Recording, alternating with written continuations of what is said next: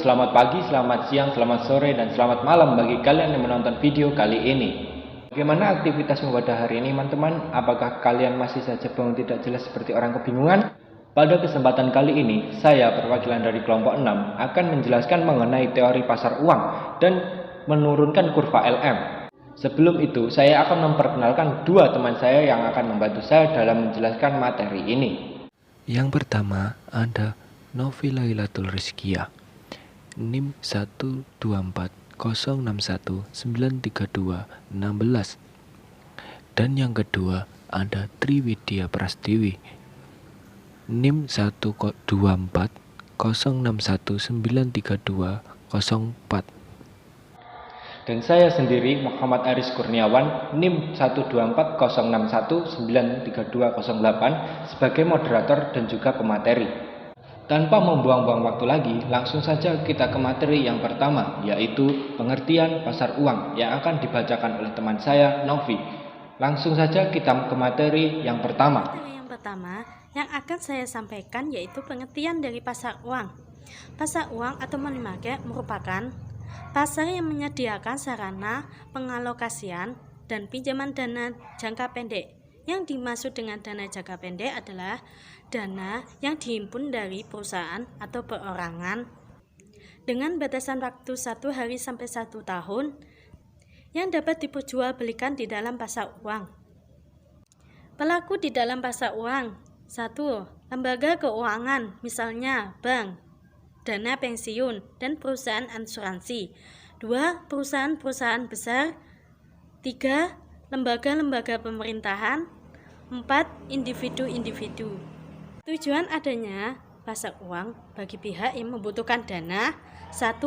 Untuk memenuhi dana jangka pendek. 2. Untuk memenuhi kebutuhan atas likuiditas yang disebabkan terjadinya kekurangan uang kas atau uang tunai. Sedangkan tujuan adanya pasar uang bagi pihak yang mengeluarkan dana untuk mendapatkan penghasilan atau keuntungan pada tingkat suku bunga. Fungsi pasar uang: 1. Untuk mengendalikan sarana pengendalian moneter bagi penguasa moneter dalam melaksanakan operasi pasar terbuka. 2. Untuk media bank atau perusahaan non-bank untuk mencari keamanan dan likuiditas. Instrumen pasar uang di Indonesia: 1. Sertifikat Bank Indonesia. Surat berharga ini diterbitkan oleh Bank Sentral Indonesia. Ditunjukkan dibeli oleh bank umum dengan nilai nominal yang sangat besar.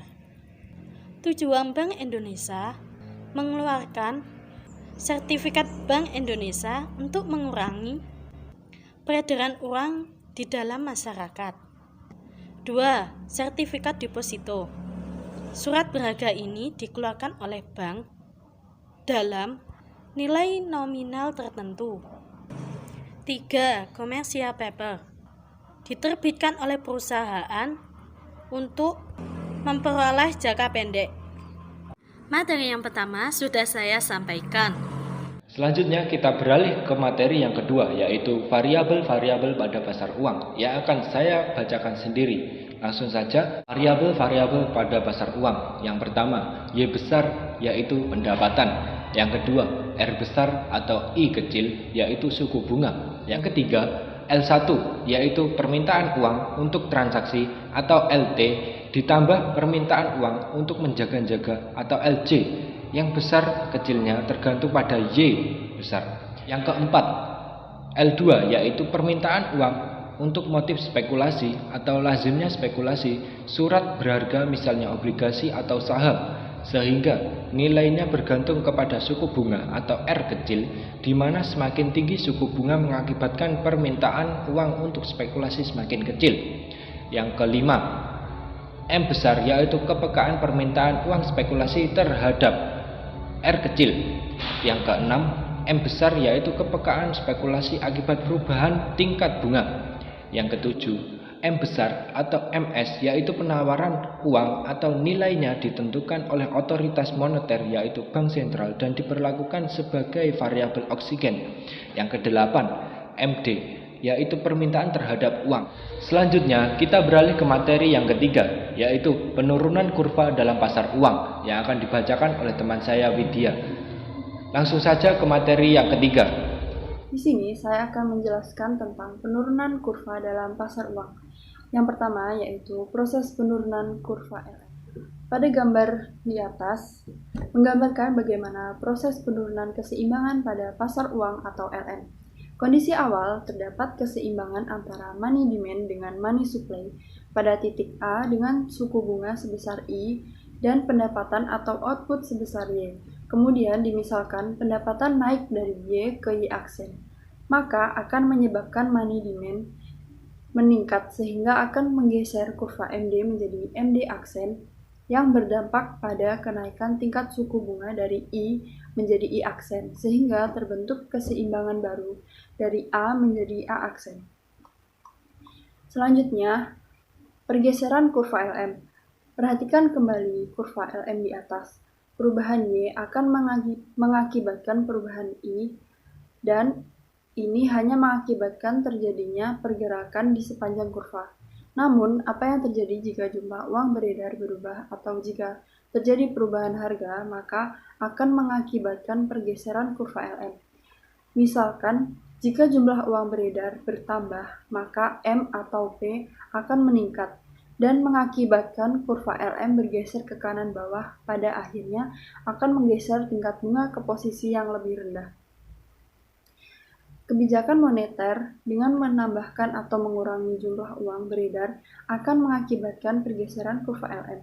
Jika bank sentral menambah jumlah uang beredar, maka kurva LM akan bergeser ke bawah. Sebaliknya, jika jumlah uang beredar dikurangi, maka kurva LM akan bergeser ke kiri atas.